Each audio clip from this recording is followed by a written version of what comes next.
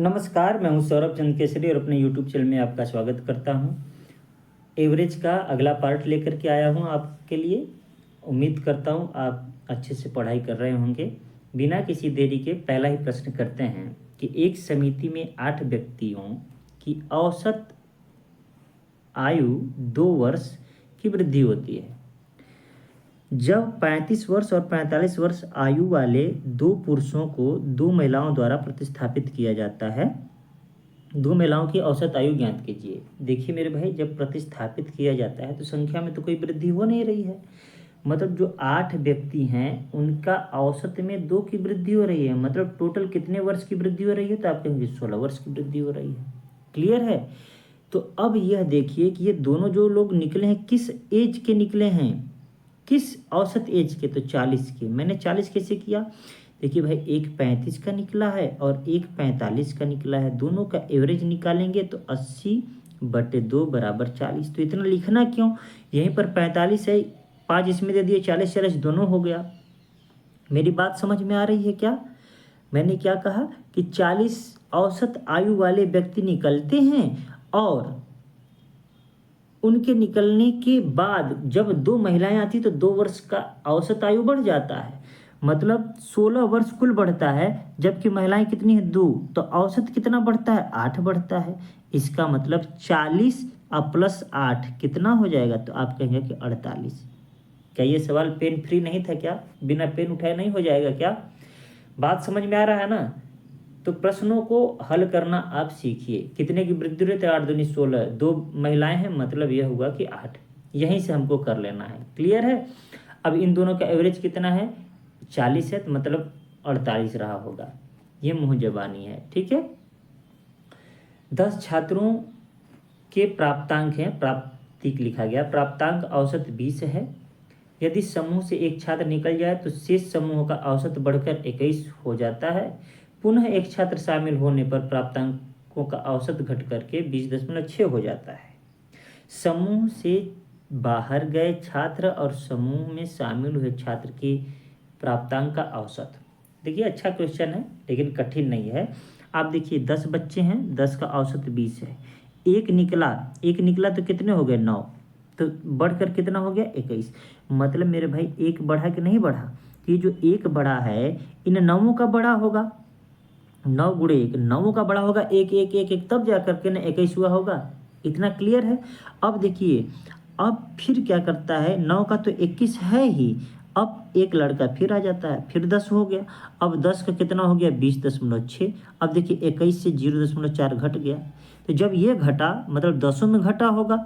10 में घटने का मतलब 10 गुणे 0.4 में करूँ तो 4 घट गया। क्लियर है मेरे भाई? अब पूछा है कि एक छात्र शामिल होने पर घट गया और ये जो निकला था उसमें बढ़ गया। तो निकला हुआ था जो, तो उसका एज कितना होगा? देखिएगा, ये देखिए 9 हमारे पास बढ़ गया इन लोगों का। कब? निकलने के कारण। देखिए, जब निकला इससे तो औसत बढ़ गया। इसका मतलब समझते हैं कि जब भी आंसर होगा 20 से छोटा रहा होगा जो निकलने वाला है, तो मतलब इसको आप इसमें माइनस करेंगे। दिमाग खोल करके रखिएगा। तो पहले वाले बच्चे का जो औसत जो निकला है उसका एज कितना था? 11 वर्ष। इतना आपको रखना है, ठीक है मेरे भाई? प्लस अब देखिए, जब ये आया है, देखिए मेरे भैया, जब ये आया है एक लड़का, यहाँ पर आपको दिख रहा होगा, जब ये एक आया है तो एवरेज घट गया। बात समझ में आ रहा है? एवरेज घट गया। इसका मतलब क्या हो रहा है कि अभी 21 था, जब ये आया तो एवरेज क्या हो गया? घट गया। ये 4 आपको दिख रहे हैं क्या? तो जब घटा तो सब में 0.4 0.4 दसों में घटा। इसका क्या मतलब है कि उसका जो आंसर रहा होगा वो 21 से कम रहा होगा। बात समझ में आया कि नहीं? तो 21 से 4 कम करेंगे तो कितना आ जाएगा? तो आप कहेंगे सर 17 आ जाएगा। क्या मुझे पूरा लिखना होगा क्या? मैं पूरा लिख देता हूँ, क्योंकि पहला सवाल ऐसा आया है। 21 माइनस 4 तो कितना हो गया? 11। ये तो बचा ही था 17। अब टोटल का बटे 2 करूँगा तो 14 आंसर आ जाएगा। उम्मीद करता हूँ समझ में आया होगा कि ये प्रश्न हमने कैसे हल किया आपके लिए। ठीक है, कोई दिक्कत तो सवाल में है नहीं, आपको बस क्या है, आराम से सवाल को पढ़ना है और सीखना है। आगे बढ़ें, आगे बढ़ता हूँ और आगे का सवाल है 25 छात्रों के समूह द्वारा औसत प्राप्तांक 36 थे। एक छात्र ने समूह छोड़ दिया जिसके परिणाम स्वरूप शेष छात्रों का औसत बढ़ के 37.5 हो गया। देखिए हूबहू ऐसा ही सवाल आ रहा है, ठीक है ना। अब कह रहा है इसके तुरंत बाद एक और छात्र शामिल हो गया जिसके परिणाम स्वरूप औसत अंक गिर करके इतना हो गया। ये आपके लिए होमवर्क नंबर 1, क्योंकि इस सवाल में और पिछला सवाल में एक रत्ती का अंतर नहीं है, बस डेटा अंतर है। तो जो समझाया हूँ पीछे उसको अच्छे से समझ करके इस सवाल को लगाइएगा। बाकी बेसिक ये आता है कि 25 गुणे 36 कर दिए उनका औसत आ गया, एक निकला तो 24 गुणे 37.5 कर दिए उनका औसत आया, फिर एक को 25 कर दिया, एक जोड़ करके 25 गुणे 37.5 37.2 कर दिया, उसका योग आ गया। तो फिर अंतर ले लेंगे, फिर पहले और अंतिम का। तो ये तो आपको आता ही है, मैं जो अप्रोच बताया हूँ उसको फॉलो करिएगा, ये सवाल जल्दी लग जाएगा। नेक्स्ट प्रश्न है 45 छात्रों के समूह द्वारा प्राप्त औसत अंक इतना थे। एक छात्र ने समूह छोड़ दिया, ये भी आपके लिए होमवर्क, ठीक है, क्योंकि छोड़ दिया और उसकी जगह आ गया, वही सवाल है। एक सवाल मैंने बहुत अच्छे से ध्यान से पढ़ाया है, इसीलिए 2 सवाल आपको होमवर्क दे रहा हूँ। नेक्स्ट प्रश्न है कि एक गिफ्ट बॉक्स में 10 कड़े हैं। पहले 4 कड़ों का औसत भार 27 है। देखिए पहले 4 कड़ों का औसत भार क्या है, मतलब सभी 27 ग्राम के हैं, ठीक है मेरे भाई। अब कह रहा शेष कड़ों, मतलब कितने कड़े हैं, 6 कड़े हैं। 6 कड़ों का औसत भार कितना है, 28 ग्राम। सभी कड़ों का औसत भार क्या है, कुल कितने कड़े हैं, तो आप कहेंगे सर कुल तो 10 कड़े हैं, ठीक है ना। इनका औसत भार पूछा है, तो एक तरीका क्या है बेसिक, कि इन दोनों का गुणा करके लिख दें, इन दोनों का गुणा करके लिख दें, फिर जोड़ें और उसमें 10 से भाग करें। बात समझ में आया ना। ये सभी जानते हैं, ये आप कर लीजिएगा, मैं क्या सिखाने वाला हूँ उस पर ध्यान दीजिएगा, ठीक है मेरे भाई। तो अब देखिए हम यहाँ पर यह देखते हैं कि यहाँ पर 1 की वृद्धि हो रही है कि नहीं। 1 की वृद्धि हो गई तो बताइए मेरे भाई, ये 27 है, ये 28 है, ये 6 लोगों में एक एक एक एक बढ़ा है। शुरू से समझाता हूँ, टाइम लगेगा, लगने दीजिए। ये 4 ऐसे कड़े हैं जिनका औसत भार 27 है, बाकी के 6 ऐसे कड़े हैं जिनका औसत भार क्या है, 28 है, ठीक है। अब ये आप इसमें क्या सीख रहे हैं, क्या देख रहे हैं, वो बस देखिएगा। 1 2 3 4 5 6, इन चारों से अगर हम 27 से तुलना करें तो 1 प्लस अधिक है ना, तो ये यहाँ तक मानकर चलिए 27 कर दिए हमने। अब इनको भी 27 करेंगे तब ना एवरेज 27 होगा। तो इस तरीके से हम यह देख रहे हैं कि सबके पास 1 1 अधिक है। इस तरीके से कितना 1 अधिक है, तो आप कहेंगे 3 3 6 अधिक है। तो यही चीज़ करना है, जो अधिक है जिसके पास है, बस ये कहेंगे कि 6 गुणे 1, टोटल हमको 6 सर अधिक हो गया। क्लियर है। अब बताइए कि ये अधिक हो गया तो औसत पर क्या प्रभाव डालेगा। औसत सर इससे बड़ा हो जाएगा। कैसे बड़ा हो जाएगा, क्योंकि कुल संख्या कितनी है, 10 है, मतलब एवरेज वृद्धि अगर हम करें तो सर 0.6 होगा। तो जो आंसर होगा मेरे भाई 27.6 हो जाएगा, उसमें जोड़ देंगे, आंसर ये हो गया। बात समझ में आई। मैं ये समझाया हूँ लिख करके, तो हो सकता है लगे कि इतना लंबा कौन करने जाए, बहुत बड़ा है, इससे बढ़िया तो हमारा ऐसे ही हो जाएगा। मेरे भाई आप गुणा करके देख लीजिएगा और फिर ये मेरा अप्रोच लगा कर देख लीजिएगा। अगर आपने सेकंडों में मेरे अप्रोच से नहीं कर दिया तो फिर कहिएगा। नेक्स्ट प्रश्नों की ओर बढ़ते हैं। नेक्स्ट प्रश्न, अब देखिए यहाँ पर डेटा बढ़ा हो गया और कह रहा है कि एक कंपनी के 10 कर्मचारियों का वेतन कितना है, 36,200 रुपया। अब कह रहा है 15 कर्मचारियों का 33,550 है। पूछा है कंपनी के कर्मचारियों का वेतन क्या। देखिए टोटल वही सवाल है ना, 25 कर्मचारी है ना, 15 का कितना है, कहेंगे कि सर इतना है, और इसका कितना 10 का है 36 वो 36,200। तो अंतर कितना है मेरे भाई? तो आप अंतर निकालेंगे जैसे ही, तो 0, 5, 6, 5, 11, 2650 आएगा। एक का 2650 आ रहा है, तो एक लोग 2650 रुपये अधिक हैं, तो यहाँ कितने लोग ऐसे हैं? 10 लोग हैं। तो मेरे भाई गुणे 10, मतलब यह हो गया कि 2650 के एक जीरो, मतलब 26,500 रुपये अधिक है। तो एवरेज कितना अधिक हो जाएगा? तो इसी 25 से आप भाग दे देंगे, तो कितना आ जाएगा? 25 एकम 25, 25 छक्का 150, 25 एकम 25, 25 छक्का 150 नहीं, 25 सोना में सुनना होगा, फिर 25 छक्का 150 होगा। ठीक है, अब भाग दे लीजिएगा, 25 छक्का 150, 1,060 रुपया वृद्धि हो गई।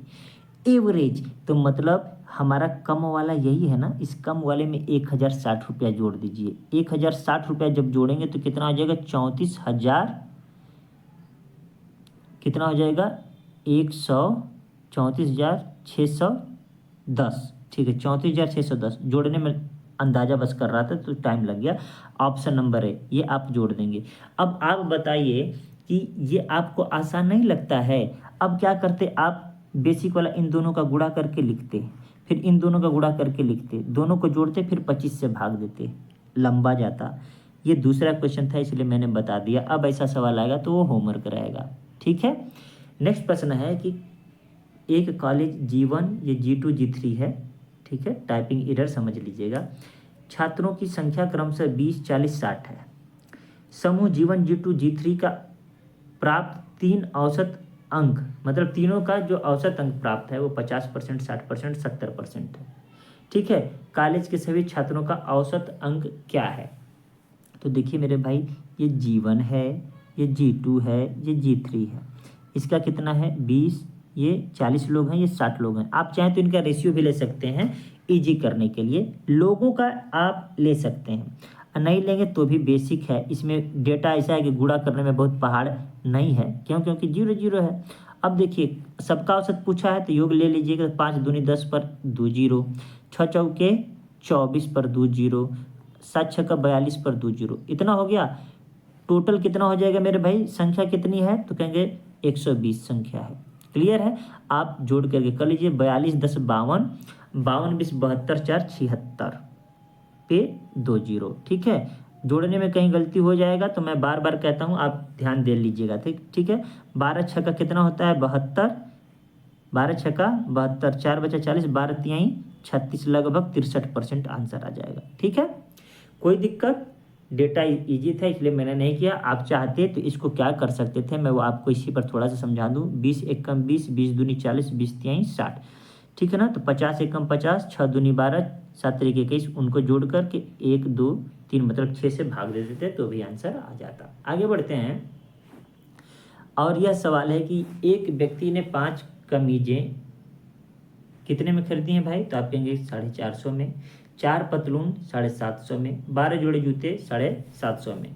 प्रतिलेख औसत व्यय क्या है? देखिए मेरे भाई, 5 ने 450 की दर से खरीदा है, इन 4 ने 750 के दर से खरीदा है, और ये भैया जो हैं 750 के।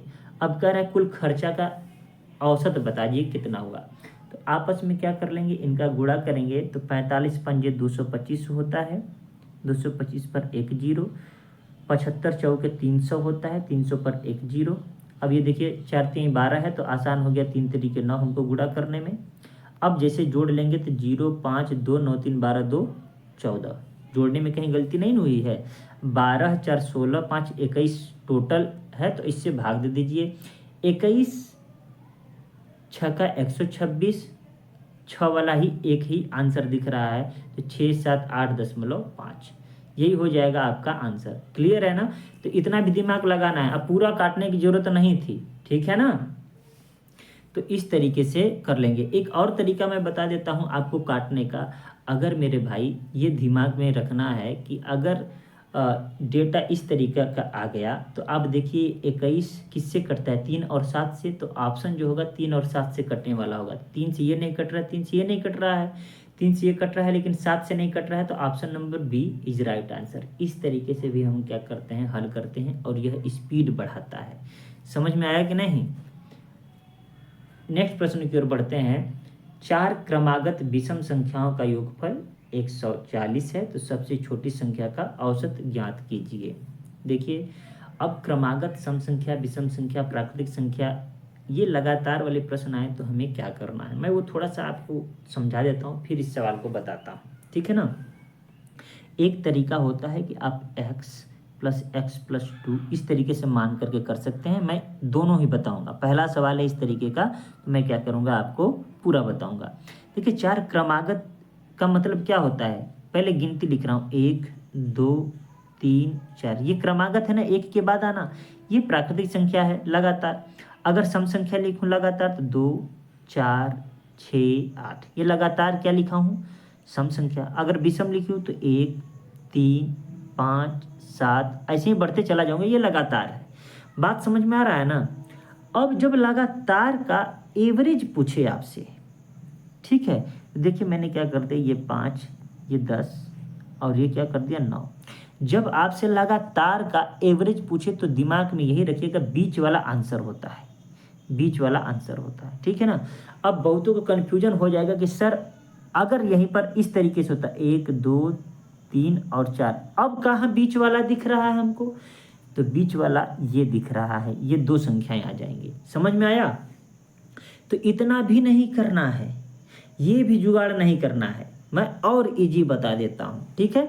जब लगातार बोले, क्रमागत बोले, तो मेरे भाई बस ये दिमाग में रखिएगा, कितनी संख्या बोल रहा है वो ध्यान में रखना है, वो अंतिम वाली संख्या क्या होगी वो पता करना है आपको। एक तो तरीका ये बता दिया हूँ, ये भी बेस्ट तरीका है, ठीक है। दूसरा तरीका मैं क्या बता रहा हूँ कि आपको अंतिम संख्या पता कर लेनी है और पहली संख्या पता कर लेनी है, और उन्हीं दोनों का योग करके 5 + 1/2, 2 से भाग दे दीजिए, एवरेज आ जाएगा 3। देखिए 3 आया है कि नहीं, इस बात को सीख गए कि नहीं आप? अगर आप सीख गए हैं तो हम लोग आगे बढ़ते हैं, और आपको मैं इस प्रश्न के माध्यम से सिखाता हूं, और अलग अलग जितने प्रश्न हैं वो सभी सिखाता हूं, ठीक है। तो इस प्रश्न को सीखने का क्या है, कह रहा है कि 4 क्रमागत विषम संख्या है, उसका योगफल कितना है, 160। तो औसत ज्ञात पहले कर लेते हैं मेरे भाई। तो जब योगफल दिया है 160, तो औसत नहीं निकल जाएगा संख्या से? आप कहेंगे जी बिल्कुल निकल जाएगा, क्योंकि औसत बराबर योगफल बटे कुल संख्या, तो 40 आ गया, ठीक है। अब आप बताइए कि क्या 40 एक विषम संख्या है क्या? तो कहेंगे कि सर बिल्कुल नहीं है। तो जब विषम संख्या नहीं है तो इसको विषम बनाने के लिए क्या करेंगे, ध्यान से सुनिएगा, ये इसके एक पहले का और एक बाद का लिखेंगे, 39 और 41, ठीक है मेरे भाई, ये आ गया। अब क्या करना है, 4 ही संख्या है तो एक इधर बढ़ा दीजिए और एक इधर बढ़ा दीजिए, ये 37 हो जाएगा। क्या हो जाएगा, 37। अब देखिए आपको चारों क्रमागत संख्या निकल के चली आई। बात समझ में आ रहा है कि मैं क्या कहना चाहता हूँ? अब आपसे पूछा है छोटी संख्या क्या है, तो आप कहेंगे सर छोटी संख्या तो हमें 37 दिख रहा है, option number C is right answer. कोई डाउट किसी को? कोई डाउट नहीं होनी चाहिए। अगर यहीं पर मेरे भाई ध्यान से सुनिएगा, कहता कि 5 क्रमागत विषम संख्या का औसत 160 है, तो 160 में 5 से भाग करते कितना आता आंसर, 5 तिया 15, ठीक है, 5 दूना 10, ठीक है। अब फिर 32 क्या है सर, 32 तो फिर एक विषम संख्या आ गई, तो सम संख्या आ गई, विषम हिलाना है तो 32 को यहाँ पर लिखिए। अब क्या करिए, एक इससे पहले और एक इसके बाद, क्लियर है, विषम संख्या आ गया कि नहीं। अब एक इसके आगे और एक इसके पीछे लिखिए, एक हो जाएगा 35, एक हो जाएगा 29। बात समझ में आया? ऐसा प्रश्न आएगा तो अब कर लेंगे ना। तो बस मैं यही उम्मीद करता हूँ कि ऐसा प्रश्न आएगा तो आप कर ले जाएंगे। आगे बढ़ते हैं, प्रश्नों के माध्यम से हम लोग सीखेंगे। नेक्स्ट प्रश्न है आपके लिए, नेक्स्ट प्रश्न है 5 क्रमागत प्राकृतिक संख्याओं का औसत 12 है, अगली 2 प्राकृतिक संख्याओं को भी शामिल कर लिया जाए तो 7 संख्याओं का औसत क्या होगा। अब देखिए ना कितना अच्छा सवाल दिया है, समझाने के लिए समझा दे रहा हूँ, फिर उसके बाद में पेन फ्री, पेन की जरूरत ही नहीं पड़ेगी इस सब सवालों में। ध्यान से देखिएगा, 5 क्रमागत संख्या का मतलब क्या है, 1 2 3 4 5। अब बताइए औसत क्या होता है, हमने कहा बीच का, तो बीच का शर्त तो यही है, 2 इधर और 2 इधर, बीच के 12 हो गया। ठीक है, मतलब अब संख्या निकालना कितना आसान हो गया कि ये 13 होगा, ये 14 होगा, ये 11 होगा, ये 10 होगा। अब कह रहा है कि अगर 2 संख्या और आगे कर दिया जाए, देखिए शामिल कर लिए, तो 7 संख्याओं का औसत क्या होगा। अब आप बताइए 15 और ये 16 नहीं हो जाएंगे। अब बीच में क्या रहा है, ये 3 इधर छट गए, ये 3 इधर छट गए, बीच में बच गया 13, आंसर हो गया 13, ऑप्शन नंबर बी। बात समझ में आ रही है क्या, मैं क्या समझाना चाह रहा हूँ। तो आप कहेंगे कि सर बिल्कुल समझ में आ गया है, ठीक है ना। तो इस तरीके के प्रश्न को कैसे करते हैं, कैसे टैकल करते हैं, ये आप सीख गए हैं। अब एक तरीका मैं आपको बता देता हूँ कि ये लिखना भी ना पड़े, ठीक है ना। अगर मेरे भाई आपसे कभी भी प्रश्न इस तरीके का करे कि 5 क्रमागत चाहे n क्रमागत चाहे 1000 क्रमागत प्राकृतिक संख्याओं का औसत कुछ भी दिया हो, औसत अगर दिया है, ठीक है ना, अब उसमें कहे अगले दो शामिल कर दिए जाएं, अगले 4 शामिल कर दिए, तो क्या होगा मेरे भाई, अगले 2 शामिल कर रहा है ना, तो 2 का आधा कर दीजिए, कितना हुआ 1, उसी में 1 जोड़ दीजिए, आंसर हो जाएगा। बात समझ में आया। अगर यही कहता कि अगली 4, मेरे भाई क्या कहता है, इस 2 की जगह कहता अगली 4, तो 4 का आधा क्या करेंगे मेरे भाई, कहेंगे 2, तो 12 2 कितना हो जाता, तो 14 हो जाता। कह देता कि 5 क्रमागत प्राकृतिक संख्याओं का औसत 12 है, अगली 50 संख्याएं और जोड़ दी जाती हैं। क्या जोड़ दी जाती हैं, 50 संख्याएं, तो औसत ज्ञात करिए। तो 50 का मतलब कि 25 हुआ। बात समझ में आया कि नहीं, आधा कितना हुआ 25, उस 25 को इसमें जोड़ देते और आंसर आ जाता 37। उम्मीद करता हूँ ये पेन फ्री भी समझ गए होंगे कि कैसे सर ने कर दिया। बात समझ में आया ना इस सवाल में। तो एक सवाल को मैंने 2 2 3 3 तरीके से बता दिया, चाहूँ तो x1 x2 से भी कर दूं, लेकिन उसकी ज़रूरत नहीं पड़ेगी। इसको दिमाग में रखिएगा, बार बार प्रैक्टिस करिएगा। आगे बढ़ता हूं मैं, और आगे का सवाल कह रहा है कि लगातार 7 संख्याओं के अनुक्रम पर विचार कीजिए। ठीक है, यदि प्रथम 5 संख्याओं का औसत z हो तो अंतिम 3 संख्याओं का औसत क्या होगा। ठीक है ना। आप देखिए 1 2 3 4 5 6 7 संख्याएं मेरे भाई, 7 संख्याएं हैं, और कह रहा है कि इनका प्रथम 5, तो ये प्रथम 5 कहाँ है मेरे भाई, ये है, क्लियर है, इनका औसत z है, क्लियर है, बीच में रख दिया ना, 2 इधर 2 इधर, बीच में z। तो कह रहा है अंतिम 3 संख्याओं का औसत क्या होगा। तो क्रमागत है, तो ये वाली संख्या क्या होगी, आप बताइए, z+1 होगी कि नहीं होगी, ये वाली संख्या z+2 होगी कि नहीं होगी, ये z+3 होगी कि नहीं होगी, कहेंगे कि बिल्कुल होगी, z+4, क्यों, क्योंकि क्रमागत है। अब कह रहा है अंतिम 3 संख्याओं का औसत क्या होगा। तो अब आप बताइए कि अंतिम 3 कहाँ दिख रहा है आपको, तो आप कहेंगे सर अंतिम 3 तो यहाँ से यहाँ दिख रहा है, ठीक है ना। तो अब इन तीनों का एवरेज क्या है, तो बीच में क्या दिख रहा है, z+3, तो ये हो गया z+3। किसी को कोई डाउट है क्या इसमें, कोई डाउट नहीं ना है। हमें लगता है कि ये प्रश्न आपको समझ में आ गया होगा। आगे बढ़ें क्या, ऐसा सवाल आए तो कर ले जाएंगे, उड़ा देंगे, ठीक है। नेक्स्ट प्रश्न कह रहा है कि 5 क्रमागत संख्याओं का औसत 50 है, सबसे बड़ी और सबसे छोटी संख्याओं के गुणनफल का चौथी और दूसरी संख्या के गुणनफल में क्या अंतर है। क्या ये सवाल आप नहीं कर पाएंगे क्या, उड़ा देंगे। आपको पता हो गया कि ये 50 तो सर बीच का है, 1 2 इधर और 1 2 इधर, मतलब यह हुआ 51 52 49 और 48, संख्या भी पता हो गया, ये 49 2 बार लिखा गया, ये 48 है, ठीक है। अब कह क्या रहा है सवाल में, तो कह रहा है साफ साफ कि सबसे छोटी सबसे बड़ी संख्या का और दूसरी और चौथी संख्याओं के गुणनफल का अंतर। तो लीजिए भैया 49 गुणते 51 माइनस 48 गुणते 52। देखिए हल कैसे करेंगे, 9 एकम 9 इकाई का अंक 9, 8 दूनी 16 इकाई का अंक 6, इन दोनों का अंतर कितना आएगा 3। यही हो गया आपका आंसर। अब एक तरीका तो ये बता दिया, यूनिट डिजिट से हो गया। यूनिट डिजिट अगर काम नहीं करता तो आप दोनों का गुणा करते, तब अंतर निकालते। अब गुणा आप करते तो बहुत बच्चे ऐसे गुणा करते हैं। मैं आपको एक नया चीज़ फिर सिखाने वाला हूँ। 1 9 9, 1 चौके 4, 5 9 45, 5 चौके 20, 20 4 24, ये गुणा करते।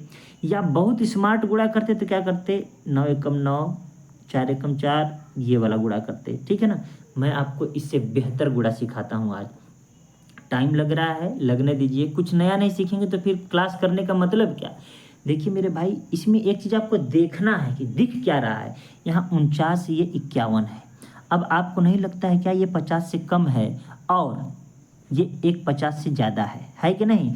मतलब यह होगा, अगर हम समझाएं आपको तो मैं 49 को 50 माइनस 1 लिख सकता हूँ और 51 को 50 प्लस 1। अब आप देख लिए होंगे कि ये तो a माइनस बी और a प्लस बी का बन गया सर। ठीक उसी प्रकार ये क्या है, 50 से 2 कम है, हाँ, और ये 50 से 2 अधिक है। ये भी तो a माइनस बी और a प्लस बी का दिख गया कि नहीं, ये बताइए। अब देखिए कैसे उड़ाते हैं, गुणा करते हैं। क्यों, क्योंकि इतना तो आपको आता है कि इसका स्क्वायर क्या होता है। तो देखिए मेरे भाई, 50 का स्क्वायर क्या होता है, 2500, और माइनस 1 का स्क्वायर इतना हो गया, तो ये कितना आ जाएगा, 2499। कोई दिक्कत, ठीक है। हमको अंतर लेना है किसका। अब कहेंगे कि ये 50 का स्क्वायर सर, 50 का स्क्वायर 2500 हो गया, 2500 माइनस 2 का स्क्वायर 4, मतलब 2496। ठीक है, अब 99 में से 96 गया तो आंसर हो जाएगा 3। गुणा देख रहे हैं कैसे किए हैं।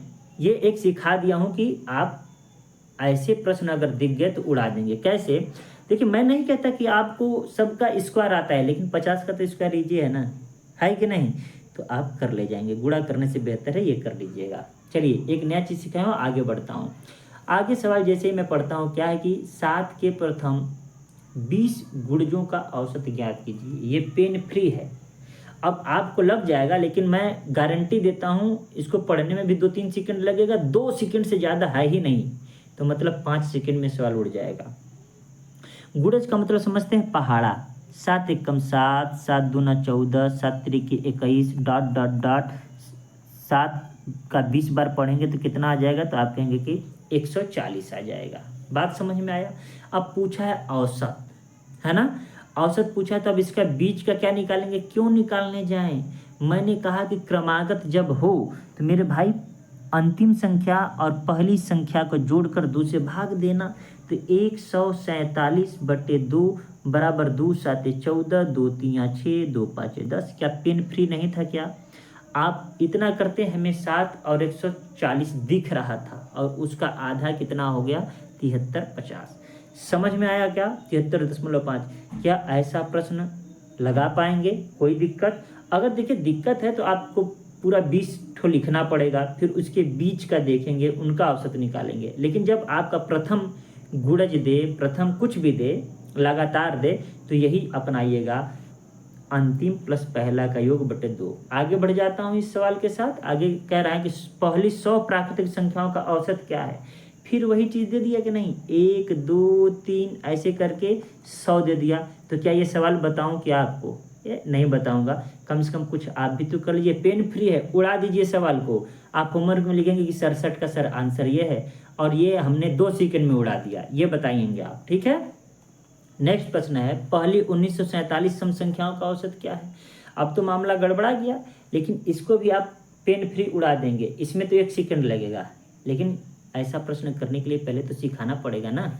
देखिए ध्यान से देखिएगा, अगर कह दे ये 1947 बहुत बड़ा नंबर हो गया, कह देता कि पहली या प्रथम 5 सम संख्याओं का औसत, बस प्रथम 5, तो हम क्या लिखते हैं, हमको पता है 2 4 6 8 10। अब इनका औसत क्या है, जब लगातार है तो पहली और अंतिम को जोड़ के 2 से भाग दे देते, 12/2 बराबर 6 आंसर आ जाता। ठीक है, या फिर बीच वाला आंसर आ जाता। क्लियर है कि नहीं। लेकिन ये दे दिया है, कितना दे दिया है, तो कहेंगे सर 1947 दे दिया है। एक और तरीका है, ध्यान से देखिएगा, उस तरीका के इसी सवाल में बताता हूँ। जब लगातार सम संख्या दिया हो, उस सम संख्या का नंबर दिया हो कितना, 5 लगातार, इसमें कितने 1 2 3 4 5, या तो अंतिम वाला संख्या पता कर लीजिए, तब तो आंसर आ जाएगा, या बिना पेन उठाए क्या करिए कि जब दे दिया है 5 लगातार ना, तो अगर पूछ दे कि उसका औसत बताइए, तो आप क्या करिए, उस 5 में बस 1 जोड़ दीजिए। कितना हो जाएगा 6। 6 आया है कि नहीं आया है, बात समझ में आया। मतलब अब एक चीज आप नोट कर लीजिए कि n लगातार सम संख्याओं का औसत, ठीक है, ये आप समझ, औसत बराबर n+1। अब बताइए 1947 का आंसर कितना हो जाएगा 1948। क्या 1 सेकंड से ज़्यादा वाला था क्या? टिक करिए, माउस से आगे बढ़ जाइए, ऐसा सवाल को उड़ा दीजिएगा। मैंने ये तरीका भी बता दिया। अगर ज़िंदगी में भूल गए तो क्या करना है कि ये बताइए, ये 1947 सम संख्या है ना टोटल, तो 1947वां नंबर का क्या होगा, 2 से गुणा करेंगे तो 1947वां नंबर आ जाएगा। 2 7 14, 2 चौके 8 1 9, 2 9 18 और 2 1 2। मतलब जो 1947 नंबर पर सम संख्या आएगी वो क्या आएगी 2894। बात समझ में आया। और पहली सम संख्या क्या होगी 2। अब इन दोनों को जोड़कर 2 से भाग करेंगे तो भी आंसर 1948 आएगा। ये भी सिखा दिया आपको, ठीक है। आगे बढ़ता हूँ और आगे का सवाल है 3 क्रमागत प्राकृतिक संख्याओं जो बढ़ते क्रम में हैं का औसत k है।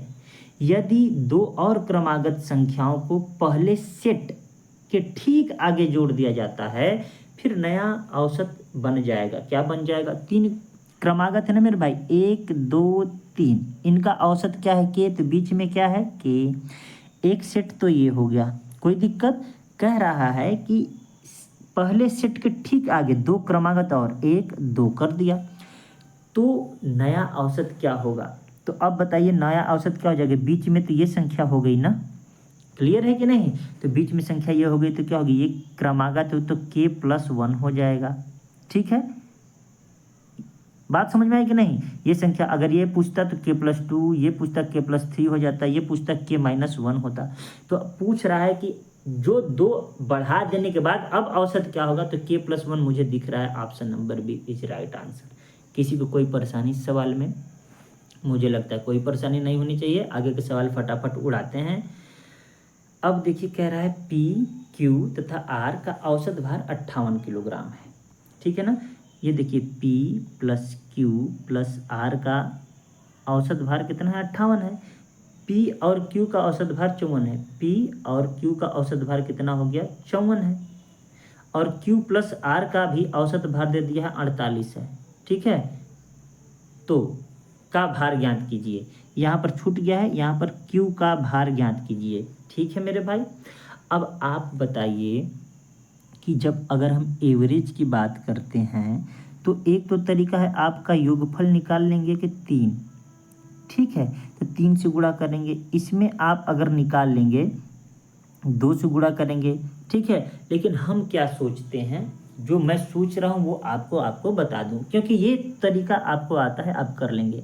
अब आपको यह देखना है कि P + Q + R तीनों का मिलाकर कितना है 58 है, ठीक है। मैं इसको मिटा दूं ताकि कन्फ्यूजन ना रहे। ये यहाँ से यहाँ तक मैं मिटा दे रहा हूँ, ठीक है। बाकी गुणा करके तो आता ही आपको, आप कर लीजिएगा। और P और Q का एवरेज कितना है 4। तो अगर मैं ये कहूँ इन दोनों में से P और Q निकाल दूँ मेरे भाई, ठीक है, तो कितना R ही बचेगा ना। ध्यान से सुनिएगा, R बचेगा। तो ये 54 से कितना अधिक है, तो कहेंगे सर 4 अधिक दिख रहा है, इसमें 4 अधिक दिख रहा है ना मेरे भाई। तो ये जो R का वैल्यू आएगा ये 54 से 4 इसमें 4 इसमें 4 इसमें 4 तिहाई 12, 3 लोग है ना। 54 से 12 करेंगे तो कितना हो जाएगा 66 होगा। अब देखिए ये किसको किसको समझ में आया, मैंने कैसे 66 कर दिया। समझाने में टाइम लगता है इसलिए समझिएगा। मैं कह रहा हूँ तीनों लोगों का 58 एवरेज है जबकि इन दोनों का 54 एवरेज है। तो 54 से कितना अधिक है 4। ये 4 किसके वजह से अधिक है भाई, ये पी क्यू यहाँ है, यहाँ पर भी पी क्यू है, तो ये 4 तो कुल मिलाकर आर के वजह से ही ना अधिक है। तो आर का जब भी होगा इस 58 से अधिक ही होगा, है ना। तो अब देखिए कि इन दोनों का 54 है, तो 54 से 4 तिहाई 12 अधिक है, मतलब 4 इसमें तो 8 अगर अधिक करेंगे तो इसमें जोड़ेंगे, और तीनों का जब 12 करेंगे तो 54 में जोड़ेंगे। तो हमने बता दिया कि आर का वैल्यू 66 आ गया। इतना सीख गए क्या। अगर मेरे समझाने में कहीं भी डाउट लग रहा है तो आप वही गुणा करके भैया कर लीजिएगा। हमने आर का तो निकाल लिया एज की, आर का एज 66 है, लेकिन निकालना किसका है क्यू का निकालना है। अब देखिए क्यू यहाँ है आर के साथ। अब देखिए ना दोनों का एवरेज कितना है 48, तो योगफल कितना आ जाएगा, कहेंगे 48 दूनी 96। अब 69 लिखा गया, 48 दूनी 96। अब हमें पता है कि जब क्यू का निकालना है तो आर का माइनस करना होगा, आर का 66 है, कितना आ जाएगा मेरे भाई, आप कहेंगे सर 30, आंसर हो जाएगा 30। बात समझ में आया ना। देखिए समझाने में टाइम लगा है, वरना मुझे करना होता तो मुझे तो दिख रहा है कि 4 का अंतर है, इसका मतलब जब पी क्यू का दिया है 54 तो इसका मतलब आर ज़्यादा होगा, तो 4 3 12, 54 में 12 हमने जोड़ दिया। ठीक है, अब बस क्यू और आर से उड़ा देता सवाल को, टाइम नहीं लगता।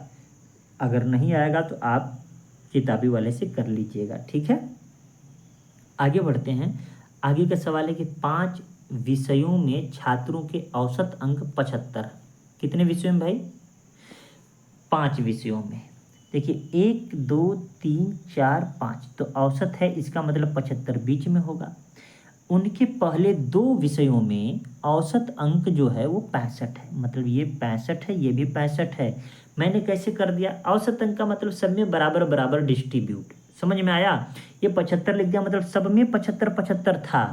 ठीक है, लेकिन कह रहा है कि 2 विषयों में 65 65 है।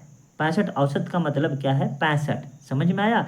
अब औसत का मतलब मैंने 65 65 बराबर इसलिए ले लिया कि देखिए कोई 70 भी हो सकता है, ध्यान से सुनिएगा, और कोई 50 भी हो सकता है इन दोनों में, ठीक है ना, लेकिन फिर भी औसत निकालेंगे तो 65 आएगा, तो मैंने 65 65 ले लिया। अब आगे कह रहा है कि अंतिम 2 विषयों में 85 85 है। ठीक है, अब पूछा है उन्होंने, अब देखिए तीसरे विषय में उन्होंने कितना स्कोर किया, तो तीसरे विषय में तो दिख ही रहा है 75। इसको हल करने की जरूरत है क्या, option number C is right answer. समझ में आया कि नहीं। देखिए बस लिखना ही था, बाकी पेन फ्री है। पेन फ्री का मतलब पेन टच भी नहीं करना पड़ेगा, समझ में आया। और जब इन सब का निकालेंगे तो एवरेज 75 ही आएगा, करके देख लीजिएगा। आगे बढ़ते हैं, अगला सवाल है आपके लिए। 3 संख्याओं का औसत 8 है, पहली 2 संख्याओं का औसत 6 और अंतिम 2 संख्याओं का औसत 9 है। 3 संख्याएं ज्ञात कीजिए। तो क्या लगाने लायक है क्या, इसको आप लगाइएगा। होमवर्क में कह रहा हूँ लगाने के लिए, मैं ऑप्शन से कैसे इस सवाल को उड़ा रहा हूँ वो भी सिखा दे रहा हूँ, ठीक है ना। इसको आप बेसिक से चाहे जैसे लगाना है लगाइएगा। ऑप्शन से कैसे उड़ाते हैं मेरे भाई, ध्यान से सुनिएगा, ठीक है। 3 संख्याएं हैं तो सब में 3 3 संख्याएं दिया है। क्या है, पहली 2 संख्याओं का औसत 6 है। पहली 2 संख्याओं का औसत क्या 6 है क्या, 2 का योग 12 आना चाहिए, 9 4 13, ये नहीं होगा। 8 4 12 आंसर हो सकता है, 7 5 12, 6 6 12, तीनों आंसर हो सकता है। अब देखिए अंतिम 2 संख्याओं का औसत 9 है, तो अंतिम 2 संख्याओं का योग जो है 18 आना चाहिए। 12 8 20, खत्म हो गया। 12 7 19, खत्म। Option number C is right answer. समझ में आया कि नहीं, 12 6 18, देखिए योग है कि नहीं। तो ये होता है तरीका ऑप्शन से भी, ये ऑप्शन से लगने लायक था इसलिए मैंने बता दिया। बाकी मैंने क्या है होमवर्क दिया है उससे लगाने का। आप कमेंट करिएगा 72 का भी कि ये आंसर होगा और मैंने बेसिक से लगाया, ये चीज़ लिखिएगा कि मैंने बेसिक से लगाया, ऑप्शन मेथड मैंने तो सिखाई दिया है। नेक्स्ट प्रश्न है, 81 परिणामों का औसत 54 है। मेरे भाई 81 के औसत कितने हैं, 54। यदि पहले 59 का औसत 52 हो, ये देखिए शुरू के 59 की बात कर रहा है, ये कितना है 52, ठीक है। अंतिम 21 के, लास्ट 21 का 60 है, तो 60वें परिणाम की गणना कीजिए। अब बेसिक से जैसे लगाएंगे तो इन दोनों का गुणा करके योगफल निकाल लेंगे, इन दोनों का गुणा करेंगे, ठीक है मेरे भाई, इन दोनों का गुणा करेंगे, इसका जो भी आएगा और इसका जो भी आएगा, इन दोनों को जोड़ करके इसमें माइनस करेंगे, आंसर आ जाएगा। ये बेसिक नियम है, कर लेंगे ना, मैंने जो सिखा दिया अभी। लेकिन हमें क्या करना है, थोड़ा सा स्मार्ट अप्रोच लगा देना है। और वो स्मार्ट अप्रोच क्या है, जो अब तक सीखते आए हैं वही स्मार्ट अप्रोच है। अब ध्यान से देखिएगा, ठीक है। वो स्मार्ट अप्रोच मैं सिखाने वाला हूँ, जो कि सीख चुके हैं, सिखाने वाला क्या हूँ, ध्यान से देखिएगा। हम यह देख पा रहे हैं कि यहाँ पर कितने का अंतर है, तो कहेंगे सर 2 का, मतलब 59 का 52 है और 81 का 54। क्लियर है मेरे भाई, इसमें किसी को कोई डाउट है क्या। तो अब आप बताइए कि 59 लोगों का 2 2 2 2 कम है कि नहीं है, तो कुल कितना कम हो गया। तो आप कहेंगे सर 60 2 120, मतलब 118 की कमी हो गई। इसमें कोई डाउट है क्या। अब इस 81 का तुलना मैं इससे कर रहा हूँ तो नहीं समझ में आएगा, तो यहाँ लिख रहा हूँ कि अब यहाँ पर मैं देख रहा हूँ कि यहाँ पर 6 बढ़ रहा है कि नहीं। यहाँ पर मुझे कमी लिख देनी चाहिए ताकि दोनों जगह प्लस माइनस रहेगा तो आप कन्फ्यूज हो जाएंगे, है ना। मैं क्या कर देता हूँ, इससे इसकी तुलना कर रहा हूँ, ठीक है। तो यहाँ पर कमी हो रही है, ठीक है, ये यहाँ पर मैंने कर दिया, ठीक है, समझाने के लिए। बाकी तो समझ रहे हैं आप। अब यहाँ पर 6 का क्या हो रहा है, वृद्धि हो रहा है। तो कितने पर वृद्धि हो रहा है मेरे भैया, टोटल 21 के 21। तो 21 6 का कितना होता है, आप कहेंगे 126। अब यहाँ पर देखिए माइनस में आया है, ये प्लस में आया है, तो इन दोनों का अंतर आप ले लीजिए, कितना आया मेरे भाई। आप कहेंगे सर 8, 18 8 26। इतना समझ में आया कि नहीं। इतना अगर समझ में आएगा तो आपका सवाल अब सेकेंडों में लगने वाला है, ठीक है। जब अंतर 8 आ गया मेरे भाई तो मूल रूप पर जाइए। मूल रूप पर कितना है, तो कहेंगे सर 54 है। कितना है मेरे भाई, 54। तो बस 54 माइनस 8 कर देंगे, आपका जवाब हो जाएगा 46 इज राइट आंसर, ठीक है। अब घबरा कर जोड़ मत दीजिएगा, वैसे भी अगर जोड़ते तो आंसर आपका 62 आ जाता, आप कंफ्यूज हो जाते। तो जोड़ना नहीं है, क्यों नहीं जोड़ना है, क्योंकि मैंने पहले ही बता दिया मेरे भाई कि बेसिक से हल करेंगे तो इन दोनों का योग करके फिर क्या करते, इसमें से अंतर करते। तो जब अंतर हमेशा करेंगे तो इसमें से हमेशा अंतर करेंगे। बात समझ में आएगी, नहीं आया। तो हमने इसी में से मूल में से अंतर, इन दोनों को, जो भी इन दोनों का आंसर आया उसमें से घटा दिया, तो 46 हो जाएगा राइट आंसर। बताइए समझ में आए कि नहीं। अब देखिए नेक्स्ट प्रश्न है आपके लिए। 21 प्रेक्षणों का जो माध्य है 42 है। दिए गए 21 प्रेक्षणों में से पहले 11 का, देखिए उसमें पहले 59 का दिया था, यहाँ पहले 11 का। हूबहू वही सवाल है मेरे प्यारे भाइयों। आप कहेंगे कि 74 का आंसर आप लगाएंगे, बेसिक से न लगाकर मेरे नियम से लगाइएगा। नहीं आएगा फिर बेसिक से लगाइएगा, फिर वीडियो देखिएगा, फिर मेरे नियम से लगाइएगा, और आपको जवाब देना है, मैं इंतजार करूँगा। नेक्स्ट प्रश्न है कि एक समूह की 5 सबसे छोटी संख्याओं का औसत 15 है। ये देखिए 5 सबसे छोटी संख्या है और इनका औसत कितना है, 15। जबकि समूह के सभी 13 का औसत अंक 17 है। ये सभी हैं, ठीक है। सबसे बड़ी 8 संख्याओं का औसत ज्ञात कीजिए। देखिए अब क्या करेंगे, आप इनका गुणा करेंगे, बेसिक बता रहा हूँ, 75 योगफल हो गया। इसका गुणा करेंगे 17 दहा में 170, 17 तिया 51, 170 में 50 जोड़ेंगे तो 220, 221 हो गया। अब इन दोनों का अंतर लेंगे, अंतर जो आएगा उसको 8 से भाग देंगे तो आंसर आ जाएगा। ये बेसिक अप्रोच है, ठीक है, खराब अप्रोच नहीं है, कर सकते हैं। लेकिन मैं क्या कह रहा हूँ कि ये 5 लोग, ध्यान से सुनिएगा समझाने के लिए, ऐसा सवाल मैं समझा चुका हूँ लेकिन फिर भी समझा रहा हूँ, फिर बताऊँगा। ये 5 लोग जो हैं ये 15 है, 15 15 15 15, 1 2 3 4 5। बात समझ में आया। और कुल का कुल अगर करें तो 17 है। ये देखिए 17 17 17 17 17। अब आप बताइए भैया, मैं 13 बार 17 17 लिखूं तो आप बताइए इससे ये कितना अधिक है, 2 अधिक है ना।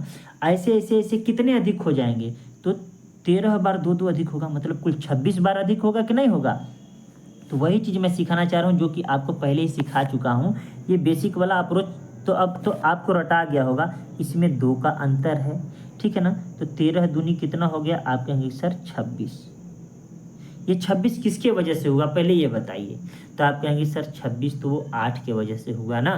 किसके वजह से हुआ, 8 के वजह से हुआ।